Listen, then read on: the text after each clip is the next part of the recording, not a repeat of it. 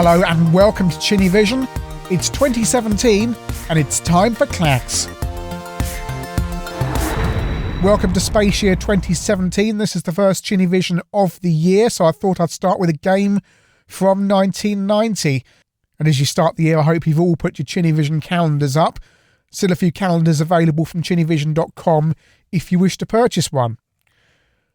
So Klax was a kind of follow-up to Tetris because there was a bust-up between the creators of Tetris and Atari and some other people, I think, and Atari decided, right, we're going to do our own puzzle game. Puzzle games are the in thing. So starting off on the Spectrum, this is converted from the arcade. Domark did the home versions, and this keeps on happening. This is a tech conversion. So anyway, so we've got some speech on the Spectrum. This is the 128K version. We're going to make 3 Klaxes. And a Klax is 3 tiles in a row. You'll see what I mean. The tiles come down this conveyor belt towards you, collect them. Your paddle can hold about 5 tiles at once, and you drop them into a 5x5 grid below yourself. And you make Klaxes diagonally, you can make them vertically, horizontally. You can even make larger Klaxes up to 5 in a row.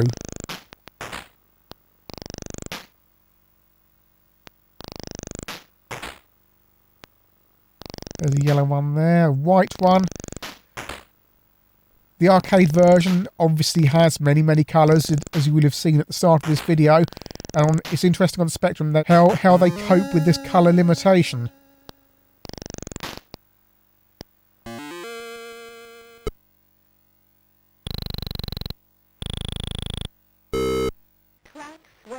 So 5 Klaxes on level 2.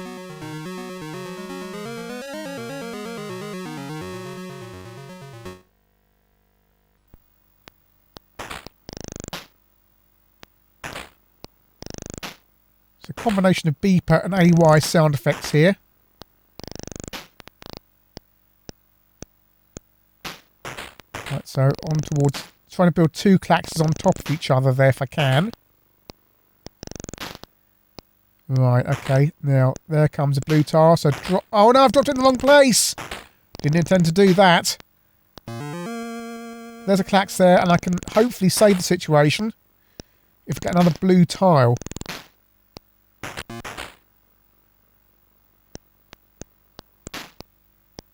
Need to get another purple tile now then. The best laid plans in Klax, you try and plan ahead to do something clever, and then something goes wrong.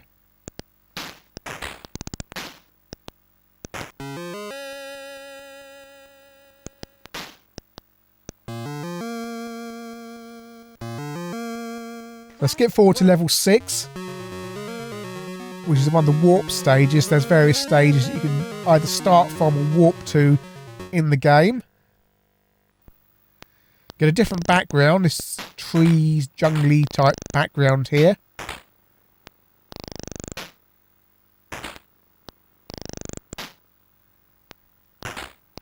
Feels very accurate to the arcade. The speed is about right. And this is a wildcard Klax tile, so it can be any colour.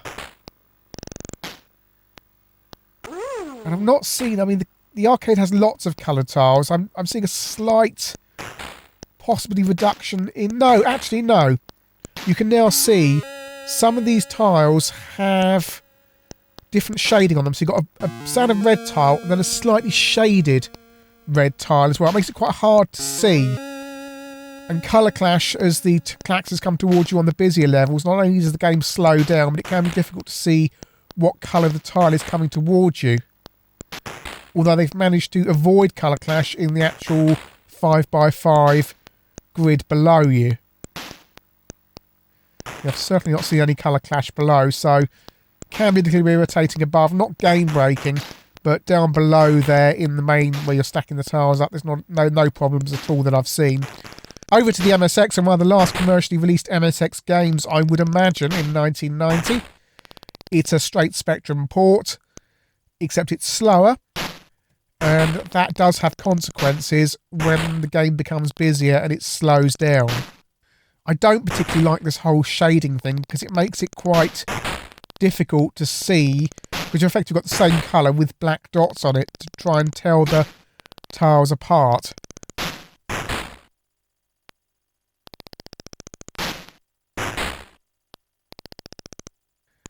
Should get diagonal there. You get more points for a diagonal. There are some levels that only allow you to do diagonal Klaxes. Just a little bit slow on the MSX. You can actually hear it when the sound effects play. It slows down.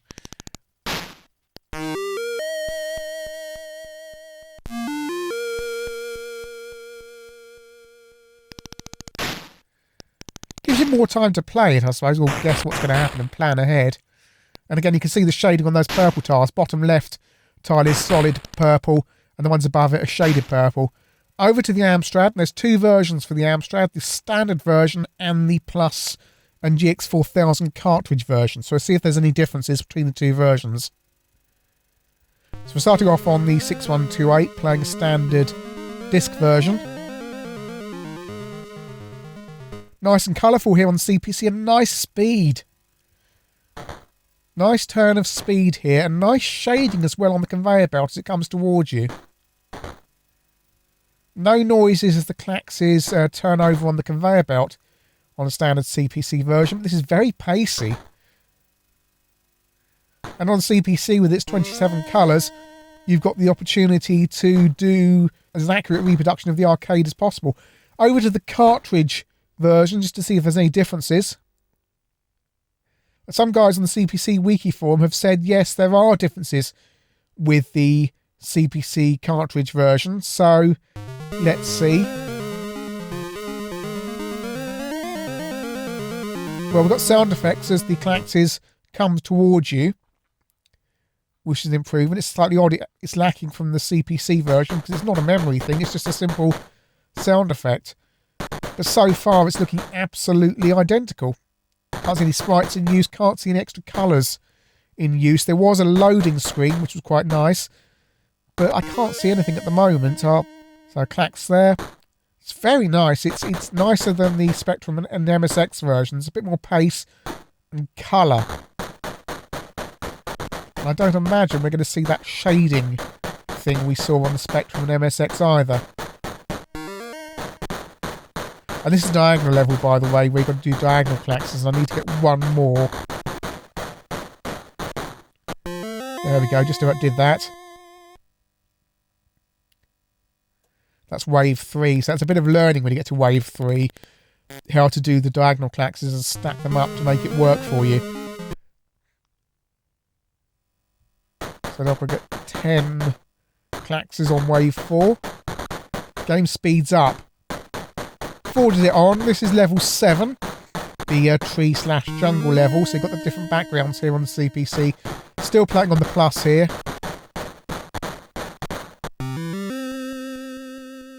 Over to the Commodore 64. This could be interesting because the C64 doesn't have quite as many colours as the CPC, so 16 colours, so let's see how it copes with those different coloured tiles.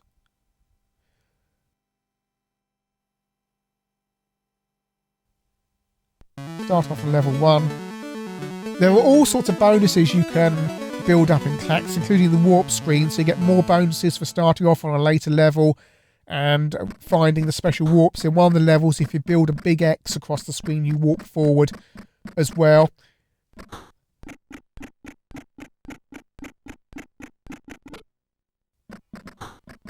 Not as colourful as the CPC. This is going on to level 6. This is the one you need the big X to build the to get to the warp screen with. Plenty of speed here.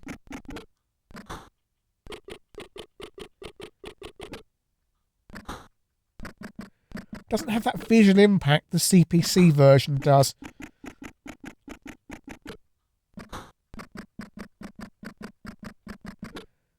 I also don't think the movement of the paddle is quite as smooth as the CPC either. It's a minor quibble, really. And as each level progresses, the speed on the conveyor belt ramps up, so you're encouraged to complete the level as quickly as possible.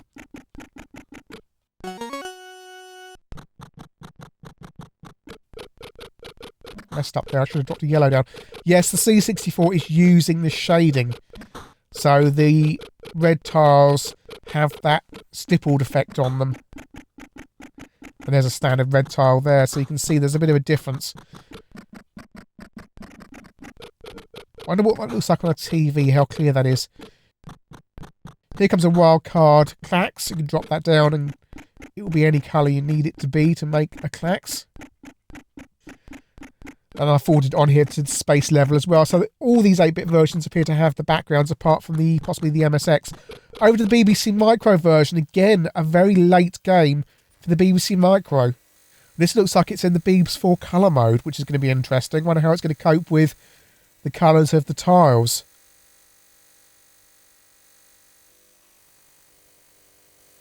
No music or anything that I can hear so far. Mind you, having to do this in 32K. And there comes the answer to how we cope with the colours. We don't. We have stripy effects on them.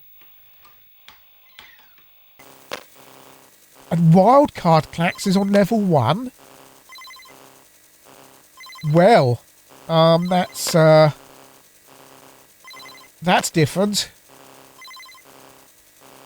Even with these stripes, it's not going to be able to replicate all the colours, I would imagine. Especially once you get to the later levels when there's lots of colours. And it's quite slow as well. But why do the wildcard Klaxes on level 1?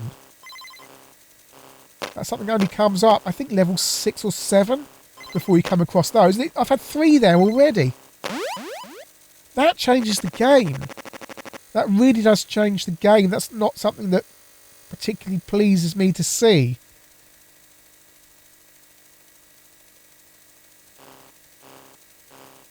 It's recognisably Klax. It's having to fight against the system's limitations. But again, 3 wildcard Klaxes, that just completely changes the game. Makes it so much easier if you've got those already and it's dishing them out like sweets. Even on the later levels, it gives you 1 or 2. I've had 4 or 5 on this level already. That's absolute madness. Over to the Sega Master System. Had hoped to get a Mega Drive version. Kept on bidding on them, but not winning. So we're not able to look at the Mega Drive version, unfortunately. But here we are on the Master System. And we can see on the menu screen there, we do have lots of colours available. So all the different Klax colours are here. This looks lovely and similar to the arcade. Lots of depth to the conveyor belt screen. And certainly of all the 8-bit versions, this is the closest to the arcade. It's lovely and smooth. Colours are vibrant. Mind you, I have just played the BBC Micro version, which does tend to colour your judgment. And the gameplay is correct.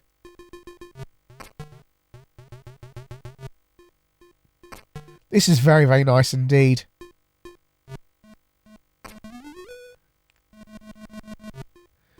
If you hold down the down key, by the way, you'll see me speeding the Klaxes towards me. That speeds the game up at the earlier stages, especially when you're waiting around for the tiles to appear.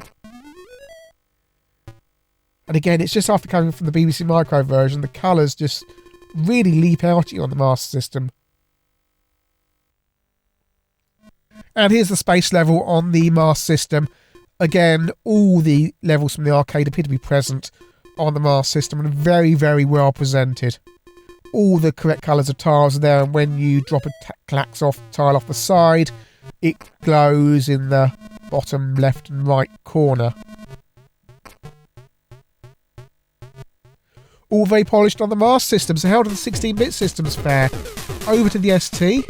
More tunes than the 8-bit versions on the ST.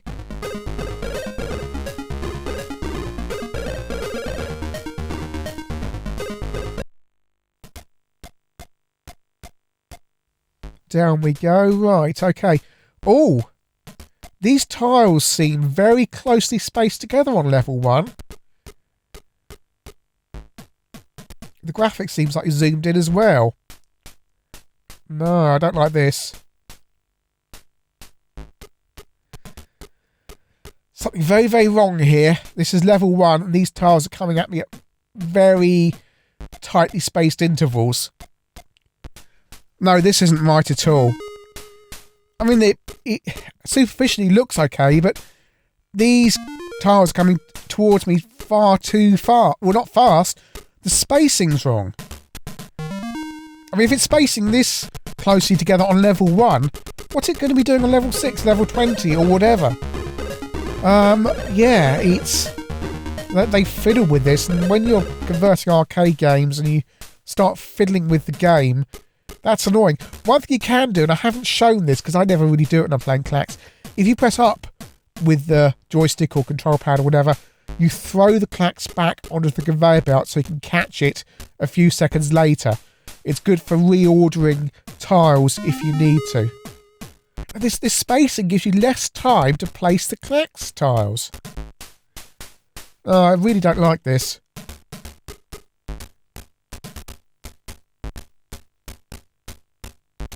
I got it right on the 8-bit versions. I'm going to have to test this before I do the Amiga version, do some timings. And the jungle level on the ST, again, nice enough graphics. It's all zoomed in though, and I'm not... It's still got this spacing issue. Right, over to the Amiga. The answer is, they've carried it over to the Amiga. This is an ST port. We're missing 56 pixels at the bottom of the screen. Joy.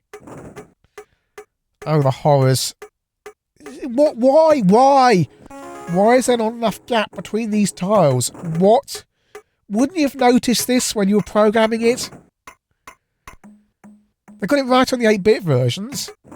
So why get it wrong on the Amiga and ST? Surely that's a vital gameplay mechanic. Surely you'd sit down and time the tiles so you got the gradation correct between the home ports and the arcade original. Mind you, this is Tech we're talking about, the company that produced Chubby Gristle.